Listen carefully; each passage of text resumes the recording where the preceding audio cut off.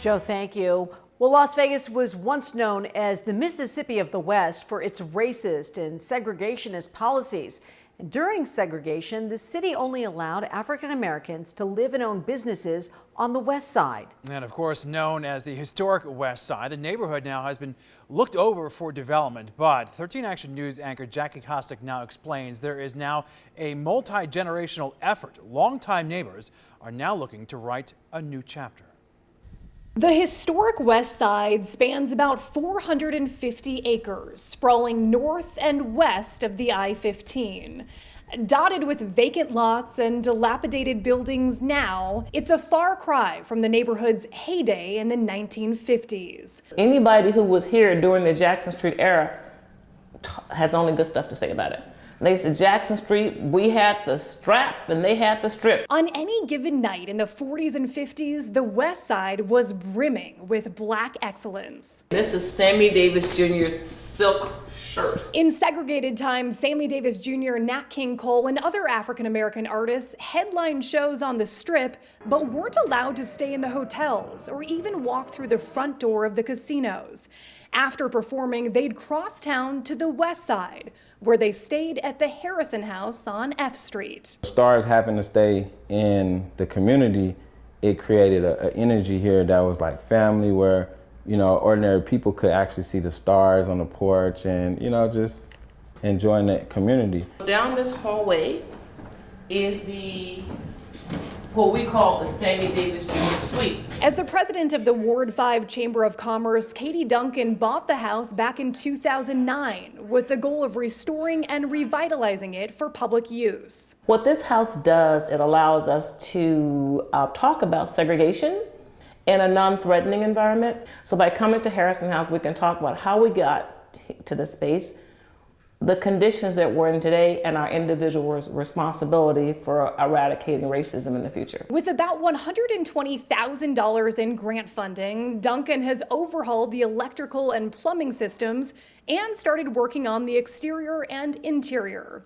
But in the early stages of the process, she realized to see the dream come to life, she would need to cut through some red tape. We worked toward making it a library, a museum, and we thought, wow, it'd be great if it was coffee lounge.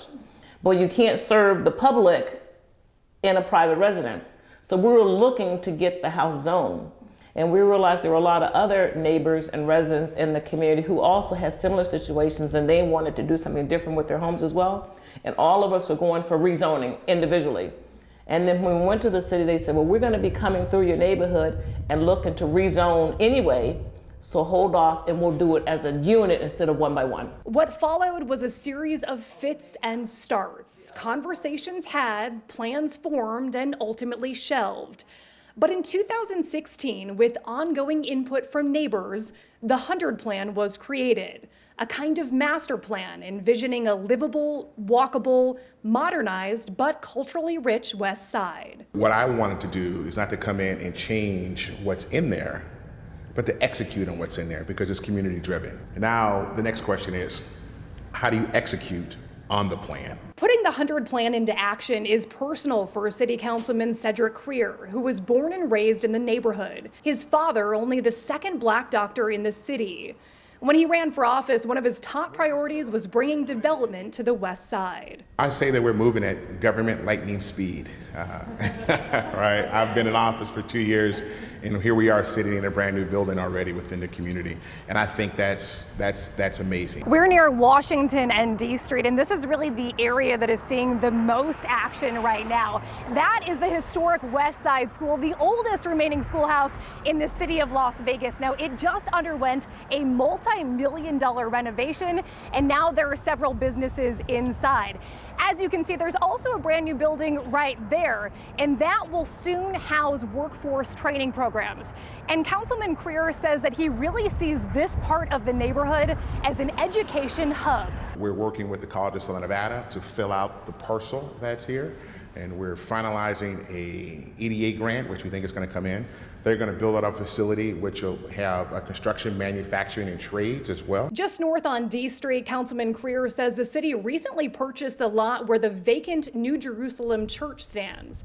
The idea, to build a mixed-use building with retail on the ground floor and mixed-income housing above. Making sure that we don't displace the residents that are in this community. The goal is not to kick anybody out. The goal is to bring everybody along with us. While the drafting of the 100 plan was largely community-driven, not every member of the community is waiting on the city to set the pace. We actually are working on a building right now on Jackson, 407 Jackson, that we're making a coffee shop, traditional coffee shop on the bottom, and a rooftop juice bar. Courtney Haywood is an artist and entrepreneur. Along with two partners, he recently founded the Historic Westside Development Corporation to spearhead projects, attract investors, and make sure residents are seen, heard, and have an opportunity to participate in what he calls a positive kind of gentrification. If they need help developing their property to the liking of what the plan is already implemented, then they get an education and they get a chance to make a honest decision. Like many who grew up in the neighborhood, Haywood draws inspiration from its history. He actually spent much of his childhood dancing and creating in the same space the greats had. The Harrison House was his grandfather's back in the 80s. So while many Las Vegans may see the historic West Side as vacant lots and dilapidated buildings, there are pockets of passion.